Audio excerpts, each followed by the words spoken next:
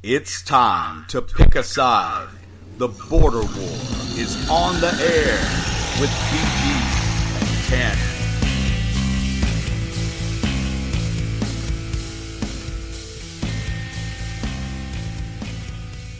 10. All right, welcome into the Border War for February the 7th. This is BG. I'm here with TanMan. We'd like to thank everybody who listened to the show last week.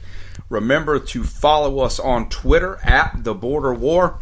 Follow me at BG_Border War. And follow TanMan at TanMan3264. All that on Twitter. You can email us at CarolinaBorderWar@gmail.com. Like and download us through the Spreaker app and like and share the Border War on Facebook. TanMan, at what point am I going to know that script well enough to not have to read it? I mean, you'd think I could just sit here and say we've been doing this for, what, 4 months now? 5 months now? Feels like years. Sometimes it does. It really does. Sometimes it does. I don't like the way you're wearing your hat right now. Well, that means I'm going to continue to wear it this way. I'm assuming that the week in sport you sent me was not complete because the last words are Clemson beats, and there's nothing after that. No. So I'm going to let you do the week in sport, both because mine is not complete and because you always do it. What, you don't want to just Clemson beats and leave it there? I mean, I can think of other things Clemson does, but I mean, I'm not going to get into that on the air. Come on, let's keep it clean, man. It's a family show. I'm trying. All right, guys. You may have heard, I don't know. There was a game. There was a game Sunday. It's kind of a big deal. The Eagles finally win a Super Bowl, BG. They round out the NFC East. They all have Super Bowls now. They beat the Patriots 41-33. All of the really funny Eagles memes on the net now are no longer useful, though. It's a shame. Well, but now there's one of a man eating poop off the street. Quarterback Nick Foles, the bum that we know, is now the bum that has a Super Bowl MVP. He goes 28 for 43, 373 yards, 3 touchdowns, and a receiving touchdown. The ageless wonder, Tom Brady, at 40 years old, goes 28 for 48 for 505 yards, 3 touchdowns. They didn't lose because Tom Brady didn't show up. Tell me, going into this game, if you knew his stat line and you saw Foles' stat line, you'd think this is at least a 10-point win for the Pats. Yeah, Brady was amazing. I don't know what else you can say about that one. In college basketball news, the latest AP poll looks a lot like the last one. Villanova at 1, Virginia 2, followed by Purdue, Michigan State, and Xavier rounding out the top 5. Duke falls from 4 to 9 after a loss to St. John's. Clemson comes in at 16, North Carolina in at 21. Speaking of the Tigers, they go on the road and knock off Wake Forest 75-67 behind 24 from that's who Clemson beats. DeVoe. That's who Clemson beats, yes. Okay. Because I was wondering. I didn't have it on my sheet. Yeah, well, next up, they get a home game versus Pittsburgh tomorrow night. Should be a win for the Tigers. The Tar Heels, they ended their 3-game skid with a 96-65 win over those Pitt Panthers, led by Luke Mays' 26-8-5 night.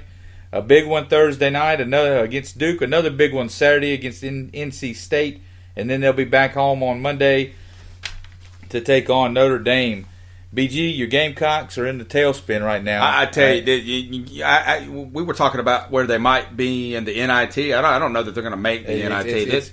And it's not just that they're losing; they're getting the last 2 have been bad. They look bad. They've right lost now. 4 in a row. No offense at all. 5 out of their last 6 after they lose to Mississippi State, Texas A&M, and Arkansas last week.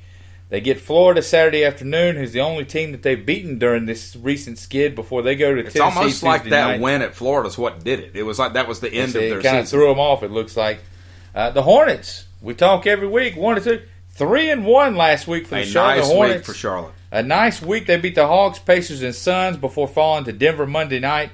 They'll finish up their week out west at Portland on Thursday and Utah on Friday before coming home to get Toronto on Sunday afternoon. You can definitely say 2 of those games are games they should have won, but we've been saying that about half the games they lost. So whether they should have won them or not, it's nice that they finally did win them. Well, they look good this week, and they may look different next week. I don't know, depending on how some things shake out. We'll get into that in the rumors hour around. Number 2. In the golfing world, Gary Woodland needed 1 extra hole to win the Waste Management Phoenix Open.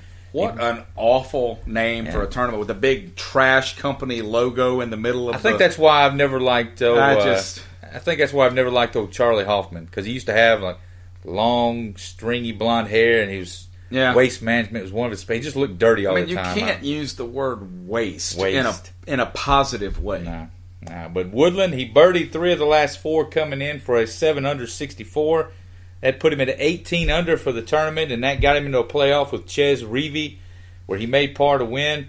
Today, unsigned high school football players all over the country are putting pen to paper as it's National Signing Day, and mothers are disappointed all around the world. Especially one in particular. Yeah, one in particular. If you don't know who I'm looking at, look it up. It's good for a laugh. And BG, on this day, 3 years ago, an icon was lost. Dean Smith passed away on this day, 2015. I didn't realize it was that recent. That's what it felt like a little longer ago than that. Time has moved fast, but the legend Dean Smith passed away today 3 years ago. Just a quick note. That's a weekend sport. Quick note about signing day for our listeners. We're not really going to get into it today. The signings technically aren't done. No. As of this show being done, we'll cover that in depth next week. But I mean, it looks about like it's looked all year. And one thing that's happened, TanMan, that early signing period, it's taken a lot of steam out of away. this day. Yeah. I mean, I think South Carolina had 2 guys they wanted to get today. It looks like they're going to get one of them. I mean, I'm pretty sure Clemson's whole class was wrapped up. Well, I think I saw something like, what was it, 75% of the top 300 signed early. Yeah. So not as much out there as in years past. But got still a pretty big day good for those idea, guys. but we'll have some ideas of where folks rank by the end of today, and so we'll talk about that next week. So, TanMan, we're going to start with the NFL, and obviously the Super Bowl being the hot topic. Mm-hmm. The NFL really has turned into a 365-day sport, though. I mean, as soon as it's over, we move right into free agency, and then we move right into the combine, which is excellent television. I love watching the combine, don't you? Yeah, well, we talked about this week. Let's watch this guy, this 300-pound man in small, tight spandex shorts run. I love it. TanMan knows this. I have a high school son who's big into marching band, and Grand Nationals every year are in Indianapolis, in Lucas Oil Stadium. So I already know what it's like to sit in there and be intensely bored. I don't have any desire to do that through my television set. It is rough television. I remember when the NFL Network first started covering the combine, I would be off some during the week with my schedule. I thought, man, this is great.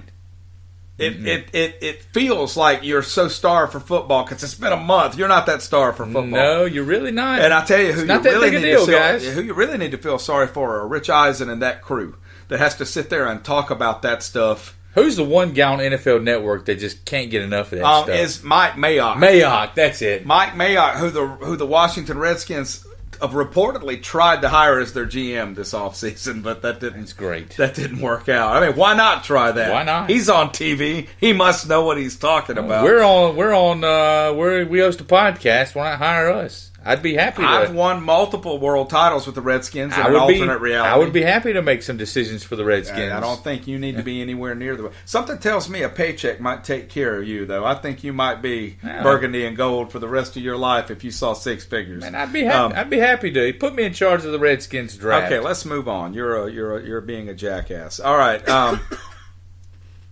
Is another radio host in the room with us? I don't know. Someone sounded like Coffee McCofferson. All right, so just our overall thoughts on the Super Bowl. A lot of people, and I mean, I'm sort of taking this idea from something that Chris Collinsworth said during the game. Can we just agree here and now? I don't even know what you think about this. All these people saying that Chris Collinsworth's a terrible announcer need to shut up. Chris Collinsworth is a fantastic announcer. Those 2 guys, I mean, I like Aikman and Buck. I like a couple of the teams, but Chris Collinsworth, I don't know what it is. It's like there's something about his voice that annoys people, but I love his insight. And I get tired of all the Facebook hatred. These guys are in love with Brady. Well, why shouldn't you be in love with Brady? He threw for 500 yards in a Super Bowl. Yeah, well, look, you start looking at the numbers. What was there? 1 punt? Yeah. We had 1 punt in this game.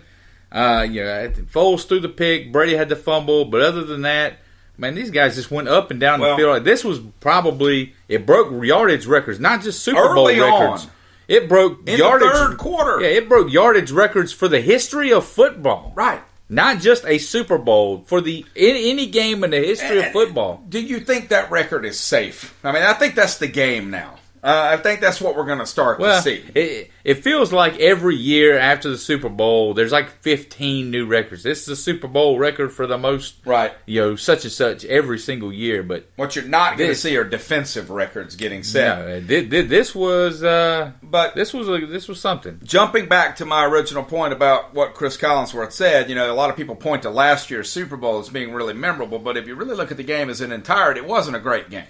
The Patriots were getting drilled in the first half, and then in the second half, it was a great finish. The Falcons got drilled, but this game was pedal to the metal from the first kickoff. It was, if every NFL game was like this, it would not matter whether people didn't like what was going on during the national anthem. You would watch the games because this was really entertaining sport.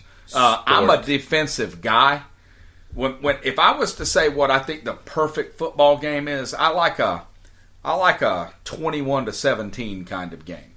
There's enough scoring where I'm not bored, but I don't know that when you get the ball that you're going to score. Whereas this felt like a basketball game. It felt whoever wound up with the ball last, or in this case, whoever made one mistake with the football, and that's really what determined the game. Yeah, all the folks that were hopping on I hate Brady, Brady chokes again.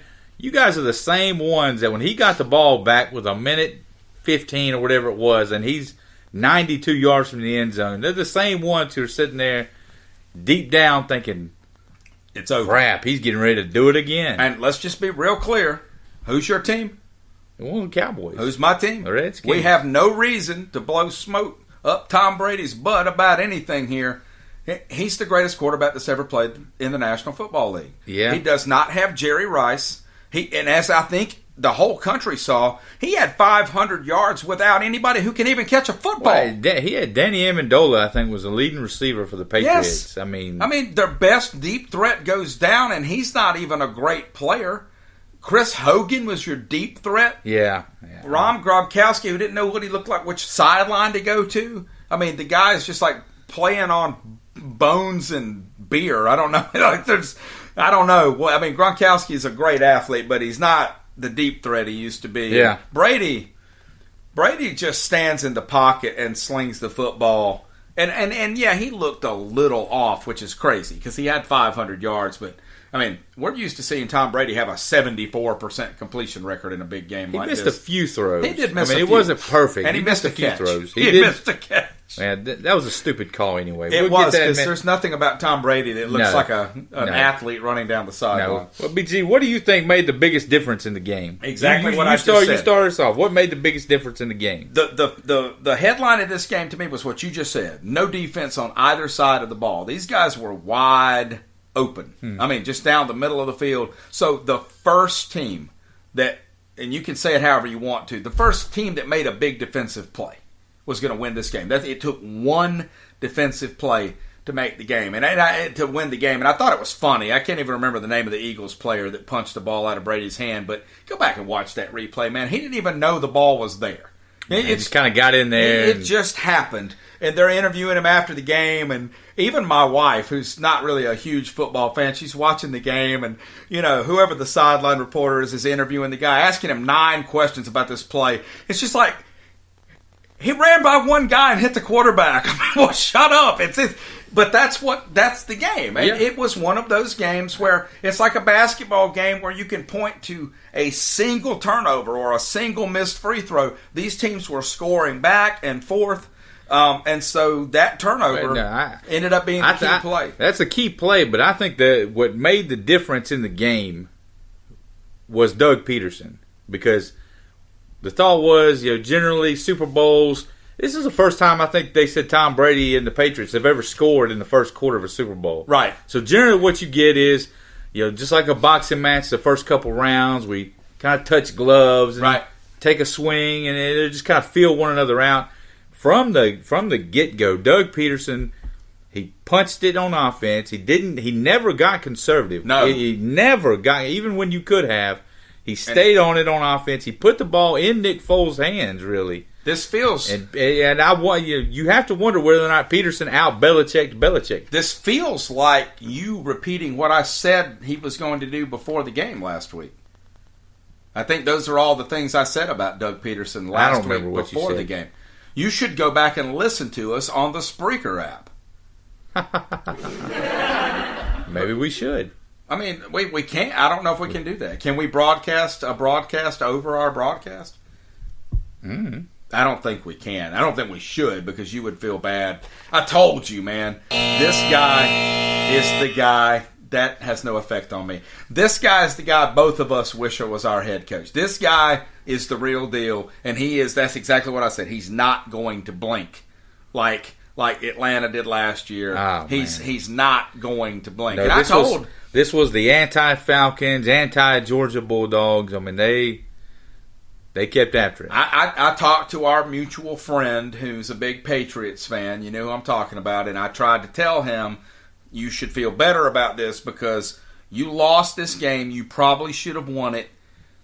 Last year you won one you definitely should have lost. Yeah, it just kind of evens out. Yeah, I mean, and he didn't want to hear that. But the Falcons should have won that game last year. And like I told you, the New England Patriots are not a complete football team, but neither are the Eagles. And that's the thought I came away with after this game is there is hope right now for everyone in the NFL. If you're watching this game, I mean, these are two teams.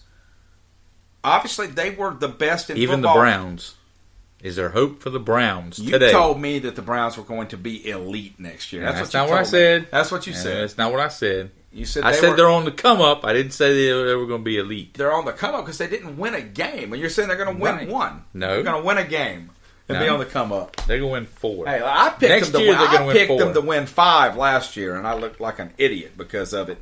Yeah. But I did pick the Patriots to lose in the Super Bowl way back in July. I had them losing to the Packers, which might have been a possibility if Aaron Rodgers hadn't exploded. But I don't think anybody thought the Philadelphia Eagles were going to win the Super Bowl, except maybe Colin Cowherd. So let's tip our hats. He has been calling that one for a while. He picked them to win the division, and you and I laughed openly. Yeah, he has been calling that one for a while. I think you picked the Eagles to finish last in the division. I picked them to finish third ahead of my Redskins. Either way, the debate is settled as to what the greatest division is over the history of the NFL, and that's the NFC East. Yeah, that's done. I think looking over, I think the NFC West is the only other division that can claim at least 3 teams to win. I think, of course, the Rams have won, Seahawks have won 1, and then, of course, 49ers won a handful, and nobody else even has 3. They're the only ones. And there you go. Yep. Now, the real question is can one of our teams win it again before the Eagles get another one? That really How is... How quickly can the Eagles catch the Redskins? That's the question. How... Well... They're not catching the Cowboys. Does anybody really feel like this is something that's going to be just like this again next year? Let's talk about that. So the Patriots and the Eagles, okay? Mm-hmm. I definitely think you feel like the Eagles are in better shape going into next year than the Pats are. You and I talked about this last week. New England has some things to address. Well, yeah, they've got some things that they need to address, but they got a big boost last night. Yeah, I'm sure you've seen it. Josh McDaniels passed up the Colts' job, said thanks but no thanks, and he's going to stay in New England. I think he's making a smart move. Well, I don't, because now he's pretty. The only reason you would take this job is if there's some sort of wink handshake that he's going to be the next guy after Belichick. So what you're saying, well, right? So you're saying. Otherwise, what it looks like is you're passing up Andrew Luck for a 42-year-old Tom Brady that could be out of the league this time next year. To me, it means either Andrew Luck's shoulder is worse than anybody imagined. And that's possible. It's possible. I mean, when's the last time we saw Andrew throw a live football? It's been a year. Well, the last time that he really looked like Andrew Luck was 2 years ago. Yes. He was hurt. He didn't play at all last year. He was pretty much hurt the whole year before. So it's been... 2 years. So it's possible that Luck's shoulder is shot. So either his shoulder is shot or there's like I said, a handshake and a wink that he's going to take over for Belichick. Now, I'm sure you didn't see it because you don't ever watch any of these things. But the 30 for 30 the Parcells, Bill I Belichick. try to. I can't find them. They're everywhere, man. Just look. But it talked in there about after Parcells left New England, how Robert Kraft had gone to Bill Belichick and said, I really like you. I want to hire you. But he didn't think he could hire him then. Like he wants you. Yeah, he wanted him to be the coach, but the timing wasn't right. So there is a precedent for him doing business this way. Yeah, so I wonder if, because obviously if you had to do over again, you would have hired Bill Belichick on the spot. But no, so I wonder if this isn't him trying to not feel like he's not wanting to make the same mistake twice and let McDaniels leave. Here's the thing, though. Can I ask you this? Even if that is in the works, isn't the right thing to do maybe still to go to... It still might maybe mean that there's something wrong with luck. Because a job in your hands worth two in the bush, as it were, and you're going to be taking over the New England Patriots for the most part without Tom Brady. Well, you're not going to have the best quarterback that's ever played the game. Here, let me run this one by you. What do you think the odds are that Bill Belichick is done now? And we just there are some odds. Yeah, because we don't. I mean, we're never going to know until they make a 30 for 30 years from now. We're not going to know what's happening up there. What are the chances that Bill Belichick is done right now, and I think McDaniels is going to take over now? Because if he leaves, let's say Belichick is leaving, if Brady really wants to play till he's 45. I mean, Belichick's older than you think he is. Brady's not going to want to break in. He's not going to break in a new coach. Right. It's going to be somebody right. he's familiar with. If you believe that report that came out that there's a lot of dissension between Kraft and Belichick and Brady up there, that maybe the Brady and Belichick riding off into the sunset thing like we kind of all thought would happen one day isn't really going to happen. They're going to split up before that happens. So Brady, I don't know. Brady handpicks McDaniels to be the coach for his last few years. They've got a long relationship. It's certainly not something I've considered. It's definitely interesting. I'll say this: if that's the case, you're going to find out pretty soon. Yeah. You're going to find out pretty soon. I mean, Bill Belichick will not be involved with the upcoming draft in May, if that's the case. Probably won't be involved with the combine. I mean, typically these things happen fairly quickly. Yeah, I think it's a possibility. It's something on the table. What I think is most likely is that, just what I said at the beginning, this is the beginning of the succession plan. That This is going to be it for Bill. They're going to run this thing through one more time, and if Brady feels like he can still go, then like I said, he's not going to break in a new coach. They're not going to bring somebody else in. It's going to be Josh McDaniels, because I think Le Batard made the point this morning. This guy went to Denver and fell flat on his face. Yes, he did. All right, he spent 10 years almost, basically reinventing himself, rehabbing his name, right? And now his name is mud everywhere across the league. His agent has cut bait with him because he also represents the Colts GM, and so he's taken this job and then turned around and told the Colts to shove it, and so now he can't. The more you talk about it, the more you have to. Something's up. Something's up. Because this isn't just I'm happy in New England. You don't do that. You don't do that. And some other folks said that this was Robert Kraft's way of sticking it to the Colts one more time after the Deflategate. Like he's on the way. They say he showed up to pack up his office and got pulled into a meeting with Robert Kraft and his son, and then came out with the decision to stay. God, I'd love to be a fly on the wall in that room. I mean, but that honestly, that's as much as people hate Brady and the Patriots or whatever, and I told you this. I told both of my sons as we were watching the game the other night. It was about 3 plays before Brady fumbles. He gets the ball. How much time was left on the clock? 1:45, something like that. The first time before he fumbled? Yes. It was over 2 minutes because it wasn't over 2 minutes because the Eagles had the ball with 2:03 left. The Patriots called a timeout 3 seconds before the 2-minute warning. The Eagles ran another play and another play after the 2-minute warning. So they ran at least 35 seconds off the clock after that. Let's say a minute and a half. Whatever. Anyway, go on with it. You're the one that interrupted me. I was enjoying You my asked story. me about a time. I don't know, But man. just say I don't Just know. go. Just make the do point. a sound effect real quick. Make the point. Okay. Make the point. So move on. Okay. So I tell my kids, I'm like, and one of them's not even really a sports fan at all. I said, pay attention to what you're watching right now, because what could happen here, this is history. You're watching one of probably the best player that's ever played in the NFL doing what he does best, and everybody that hates Brady, everybody that loves Brady, I promise you this, 3, 4, 5 years from now, we're all going to miss him.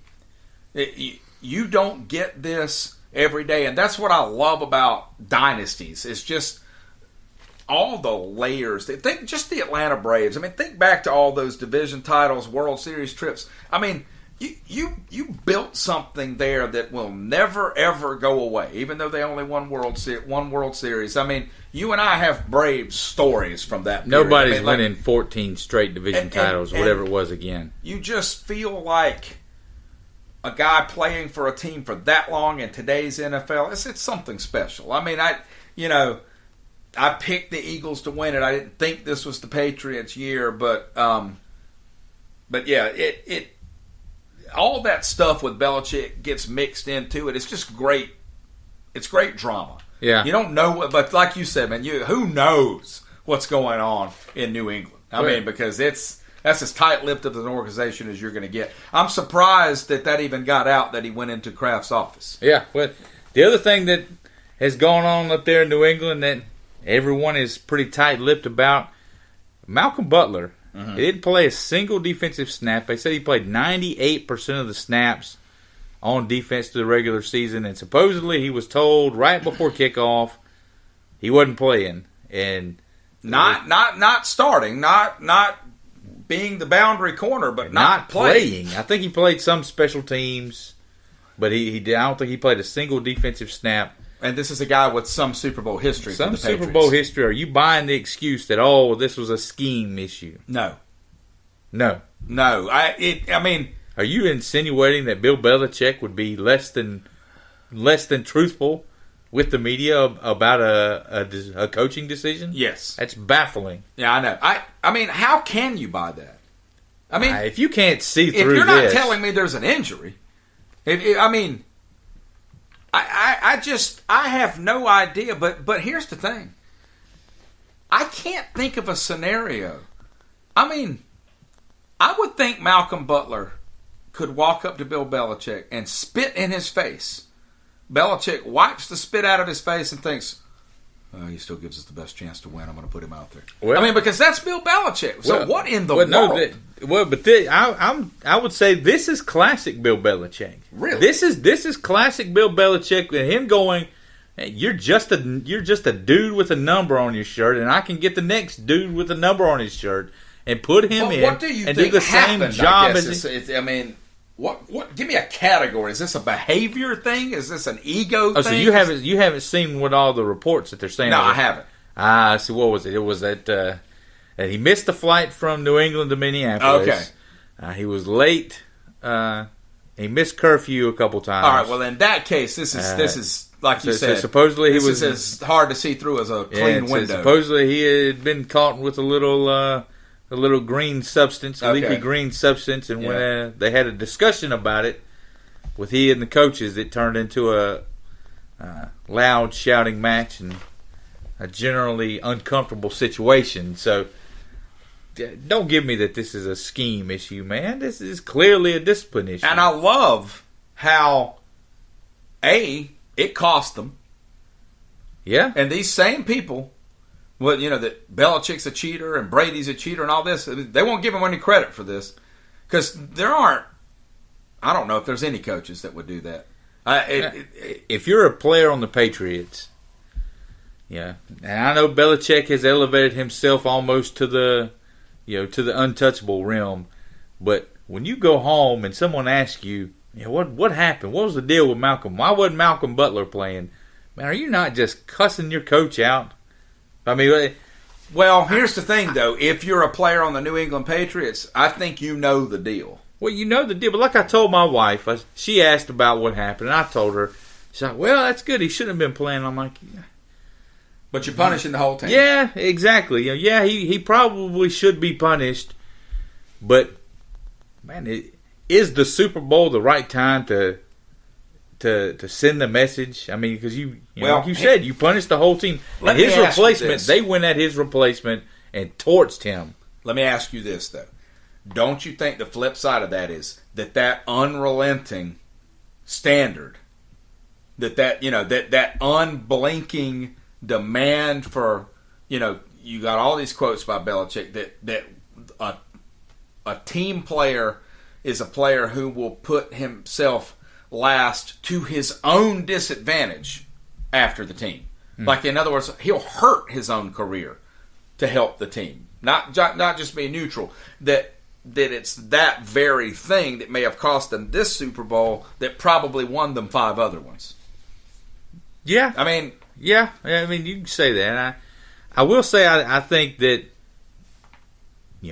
I think it was clearly a discipline issue, but I think that Belichick and Matt Patricia, by saying it was a scheme issue, we're doing what we thought would give us the best chance to win, I think they're trying not to trash Malcolm Butler because he's a free agent. So he's not going to be there next year. No, he's not. Not now. Not now. If he was before, he's not now. And he probably wasn't anyway because they don't re-sign anybody. No. So Butler was probably moving on. I think some of this is maybe them trying, like I said, not to throw him under the bus and cost him some money down the line. But they should know you can't hide this forever. I mean, this is going to get out. Right? Oh, well, sure. I mean, sure. I mean, and I don't even, like you said, I didn't know the whole backstory there, but there's not much to get out, in my opinion. It's pretty obvious. It's pretty obvious. Just a side note, a player I was really impressed with was Jay Ajayi. I thought his running added a little something to the Eagles' offense that the Patriots just didn't have. The Patriots look very pedestrian running. Well, they haven't been able to run the football since we said the other day, since Corey Dillon was there, and that was 13, 14 years ago. Sort of like you said with Doug Peterson, Jay Ajayi, from the first time he touched the ball, he looked like a dude that was absolutely desperate to win a Super Bowl. I mean, like, when you look at his size and then you look at the physical nature of the way he looked more physical than LeGarrette Blount, and that's saying something. Yeah. Because LeGarrette Blount's a big man. Yeah. LeGarrette Blount, who should have probably been on the other sideline. And that's where I start to he'll wonder. be back next year. That's what he true. does. He ventures out, and then he comes back to New England. He'll go somewhere for a few weeks. He'll go back to New England. But we've talked about the Patriots a lot and what they're going to look like next year. You just touched on the Eagles, but the big question up there, we mentioned it last week, what to do with Nick Foles. Some folks are saying now that Nick Foles, the best odds for what Foles is going to be week 1 is going to be taking the snaps in Philadelphia. Oh, man. That does not feel likely to me. Does that feel likely to you? I mean, to me, it depends on. They know Carson Wentz and his knee and the status of that better than anybody else will. Right. So they know exactly what's going on. If Carson, I mean, they're in an interesting spot because if Carson Wentz isn't going to be healthy week 1, he got hurt fairly late. He got hurt late. I mean, you almost have to. Don't you almost have to keep Nick Foles, even though you will never, ever, ever, ever, ever get more from him, get more for him than you will right now. Nor will anyone else. No. That was it. I mean, this is the sell high moment. Now, Foles is a good backup quarterback. I mean, obviously, he can win you football games. He's probably a better starting quarterback than some quarterbacks that are starting. Right. I mean, he can be a starting quarterback. He's under contract for another year. So you could keep him for another year. Do you risk moving Foles and, like I said, getting the maximum return you can? Look, if I thought, okay, what do we think the maximum return is for right now? What is it? What did Alex Smith just get? A 3rd-round pick? A 3rd-round pick. A 3rd-round pick and a player. And a player. A good player. All right. Well, I mean, I would start there. You don't think having just been Super Bowl MVP gets you a little more than that? I think having a Super Bowl MVP probably gets you to the 3rd round pick area. Look, Nick Foles is not a new guy. He's been around a while. We know who Nick Foles is. Well, it didn't stop the Ravens though. They knew who their guy was too, but they still paid him. Well, somebody's going to pay Foles. They're either going to trade for him and pay him, or they're going to pay him when he hits the market next year. Because if you keep him and you don't like what you get, and he plays a fourth of the season, and they're all right, and then Carson Wentz comes back. I mean, he's not going to play enough for you to just completely tank on him. I mean, if you like him now, you're going to like him. You're going to like him at the end of September, beginning of October next year when the trade deadline comes around. I guess that's true. If all I thought I could get for him was a third-round pick, and I didn't think he was going to cause a problem in the locker room, then I'd probably keep him. I mean, yeah. I'd still trade him. Because like I said, you're never going to get more than you're going to get now. And, I mean, let's say Wentz comes back and he's, let's say Wentz comes back and he struggles a little bit. Do you really want people to start going, hey, you should put Nick Foles in there? Nick Foles, I'm not even dealing with that. Just stop it. He's not going to take Carson Wentz's job. I get what you're saying. I don't know that NFL teams are as sensitive to that kind of stuff as college teams are, because I just really think they're so tuned in they don't hear that noise. But, I mean, I think it's very likely Nick Foles ends up on another team this offseason.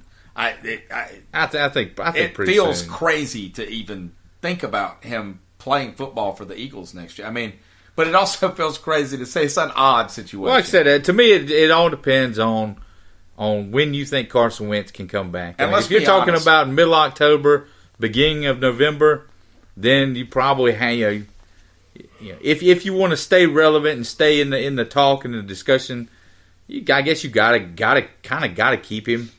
Well, but if you're fine with letting him go, there is no precedent for this.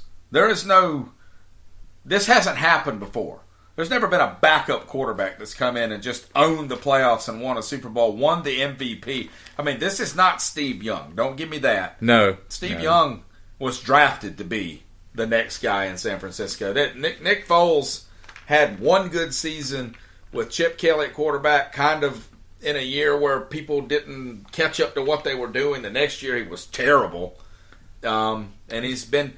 Even his first two starts in Philadelphia this year were pedestrian. He was on the verge of retirement a few years ago, he said. But I don't know. That's an interesting spot. If I put my money somewhere, I'd say Carson Wentz is the Eagles' starting quarterback opening day next year.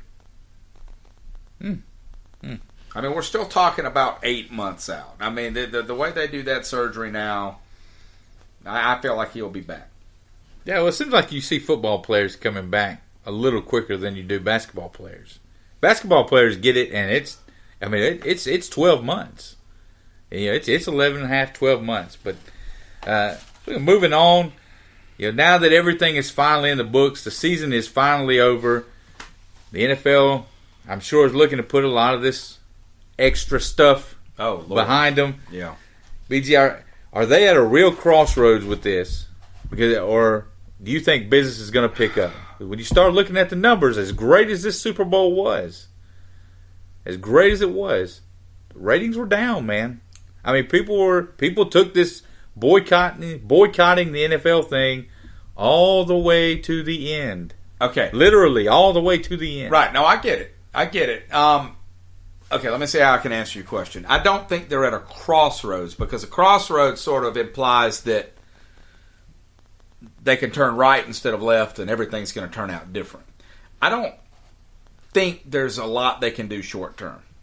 I think the NFL is going to continue to slowly decline for a number of years. And we've talked about this, and we've talked about, I think we both agree that the NBA is the most likely source of someone stealing their thunder, but the NBA has some issues too. Well, their issue is parity, and the fact that I like watching it. I'm a basketball guy. I'm going to watch basketball regardless. But the game on Tuesday night in December, just doesn't mean anything. I mean, it literally doesn't mean anything. It's, it's just a game. I mean, it's just a game. And baseball faces this too. And yes, there are teams in the NFL that are out of the playoff hunt halfway through the season too, but that's 8 more games, not 85 more games.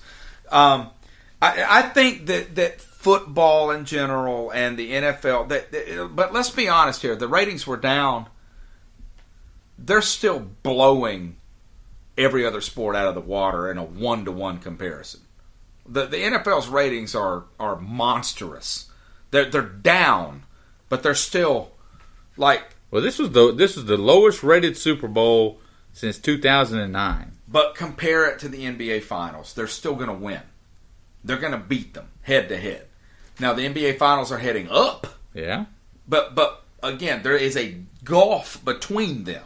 Now, what I'm saying is, I don't think you're going to continue to see the NFL lose viewers in chunks, maybe like they did this year. But what you are going to see, look, I still think their biggest problem is the quality of the product they're putting on the field. I think that's their biggest problem. It's like we talked about the XFL last week. Mm-hmm. The XFL's problem the first time through, it wasn't all the other stuff. The football sucked. And there are Thursday night games that you watch and you're like, these guys are professional. The tackling in that Super Bowl the other night was awful. My 4th grade boy was saying, what was that? Our coaches teach us to tackle better than that. I mean, that is the NFL's biggest problem. I'm going to disagree with you. I think business is going to pick back up a little next year. Now, the NFL got so big. I mean, it got so big that you knew at some point it's going to start eating itself. It might pick back up, but what I'm asking you then is, what do you think it's going to do? If it's like the Dow Jones, if you scroll your mouse out on the last 30 years, it looks like a straight line up. You can't pick a week here and there, right? Okay, I think. What do you think it's going to do over the next 20 years? Well, over the next 20 years, I'm saying, I think it's going to decline slowly. Well, now you're talking big picture football discussion. That's a mess. I'm just talking about the NFL, its popularity, everybody kind of piling on. I think that they're going to, now that the season's over, they're going to go away for a little while. It's difficult to imagine them having a year as bad as this year. It can't be worse. I think some of the folks like me who kind of got aggravated with some of it, and admittedly, I didn't watch as much as I had. It's probably the least amount of NFL football on Sunday afternoons I watched, that I can remember. People like me are going to come back. I mean, as long as they're not fighting the same battles they fought all year this year, that stuff tampers down. They find some way to smooth that over. People like me are going to come back, and those numbers are going to come back up. I mean, they're not going to stay down forever. Now, long-term health of the game is a different discussion, but just as far as the NFL and their image and the numbers and that kind of stuff, I think business is going to pick back up next year. And if they're smart, and they are, I think they're going to take guys like Deshaun Watson and they're going to market them. They're going to fix this damn catch rule. Stop talking about it, man. I know what a catch is. Basically, Chris Collinsworth got to that point the other night. He said, "There's nothing else I'm not going to guess. Who knows? Yeah. Who knows? What? The only thing we all do know is that the Dez Bryant did not catch that ball. Dez Bryant did catch the ball. That's one thing we can all agree. No, you're wrong. Dez Bryant caught the ball. You're a clown for even bringing that up. Well, that's my job on this show. To throw bombs. You have an explosion sound? No, I looked for one. I couldn't find a good one. They all sounded lame. That's hour 1 in the books, BG. Hour 2, college basketball, Duke and Carolina this week. That will be all we talk about, I'm sure, but we'll try to get in some NBA trade deadline, less than 24 hours away. Do we have time for me to get a star crunch in between episodes? No one should ever have a star crunch ever. Tune in, hour number 2 coming up. Love star crunch.